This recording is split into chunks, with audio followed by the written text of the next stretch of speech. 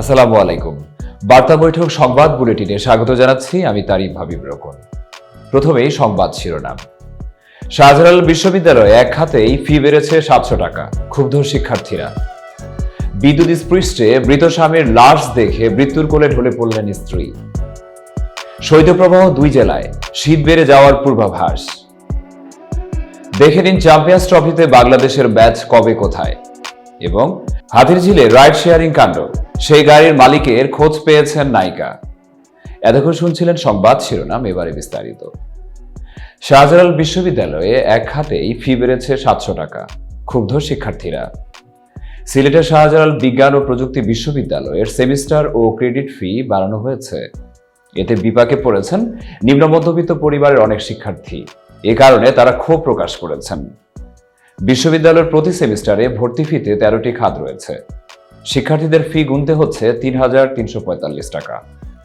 এক বছর আগে এই ফি ছিল 2,430 টাকা।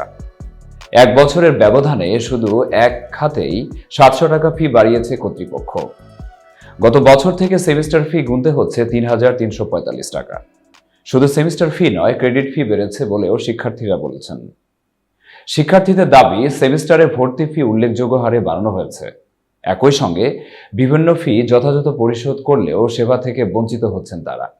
এছাড়া অনেক শিক্ষার্থী তাদের জন্য বরাদ্দকৃত সেবা সম্পর্কে জানেনই না।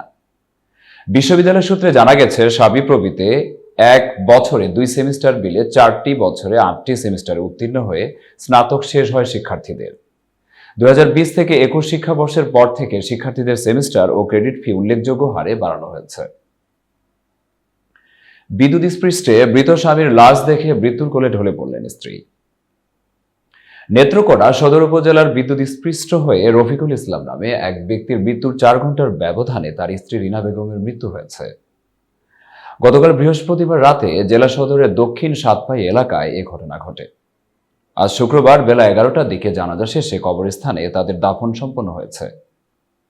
মারা যাওয়া রফিকুল ইসলাম দক্ষিণ সাতপাই এলাকার বাসিন্দা ছিলেন। তিনি খালিয়াজুড়ি উপজেলা প্রাথমিক শিক্ষা কার্যালয়ের অফিস সহায়ক ছিলেন। তার স্ত্রী রিনা বেগম গৃহিণী ছিলেন।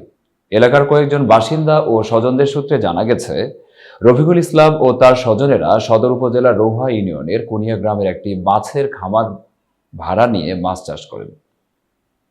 গতকাল সন্ধ্যা 7:30টার দিকে রফিকুল ওই খামারে যান। এ সময় তিনি সেখানে বিদ্যুৎ চালিত মোটর পাম্পের সুইচ দিতে গিয়ে বিদ্যুতায়িত হন।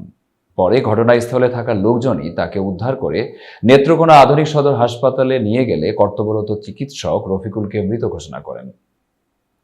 সেখান থেকে লাশ সাতপাই বাসায় নিয়ে গেলে স্বামীর লাশ দেখে তার স্ত্রীও মারা যান। 4 ঘন্টা ব্যবধানে স্বামী স্ত্রীর মৃত্যুতে এলাকায় শোকের ছায়া নেমে এসেছে। রফিকুল ইসলামের প্রতিবেশী রুবেল তালুকদার বলেন, গতকাল রাত 11:30টার দিকে হাসপাতাল থেকে রফিকুল ইসলামের মরদেহ বাসায় নিয়ে এলে তার স্ত্রী রিনা বেগম মৃত স্বামীর খাটিয়া ধরে চিৎকার দিয়ে বলে ওঠেন, তুমি লাশের খাটিয়া শুয়ে আছো কেন? আমারে রাইখা তুমি কই যাও? এসব কথা বলেই তাৎক্ষণিক মাটিতে লুটিয়ে পড়েন তিনি। শৈত্যপ্রবাহ 2 জেলায়, শীত বেড়ে যাওয়ার পূর্বাভাস। রাজধানী সহ দেশের বিভিন্ন স্থানে আজ শুক্রবার সকালেও ঘন কুয়াশা ছিল। তারপর ধীরে ধীরে সেই কুয়াশা কমে এসেছে। গতকাল বৃহস্পতিবার থেকেই দেশের বিভিন্ন স্থানে শীতের প্রকোপ শুরু হয়েছে। আজ তাপমাত্রা আরও কমেছে। আজ দেশের 2 জেলায় বয়ে যাচ্ছে শৈত্যপ্রবাহ, 2টি জেলাই উত্তরবঙ্গের। শীতের তীব্রতা উত্তরের জনপদেই বেশি।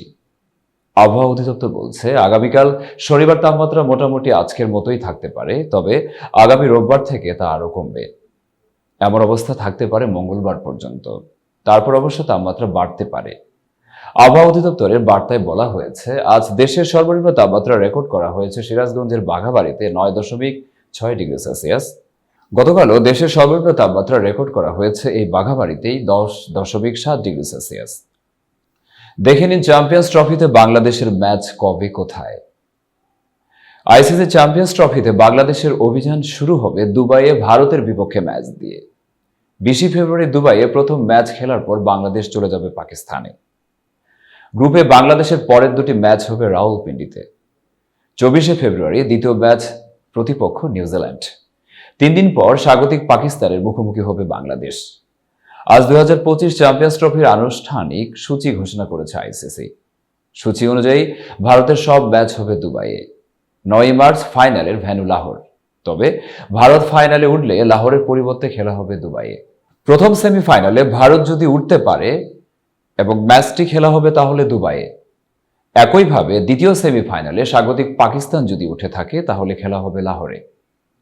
যেহেতু ভারত পাকিস্তান একই গ্রুপ পর্বে একবার মুখোমুখি হবে, তাই ফাইনালের আগে তাদের দেখা হওয়ার সম্ভাবনা নেই।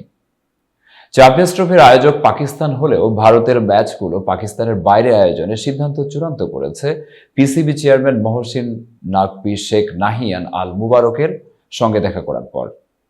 তাদের সাক্ষাৎ হয়েছে পাকিস্তানে।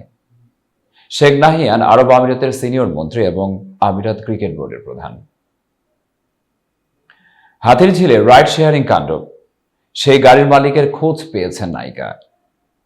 চিত্রনায়িকা নিঝুম রুবিনা গতকাল বৃহস্পতিবার ঢাকার হাতিরঝিলে রাইড শেয়ারিং চালকের অনাকাঙ্ক্ষিত আচরণের শিকার হন বলে জানিয়েছেন। এরপর সেই ঘটনায় হাতিরঝিল থানার একটি সাধারণ ডায়েরি করেন।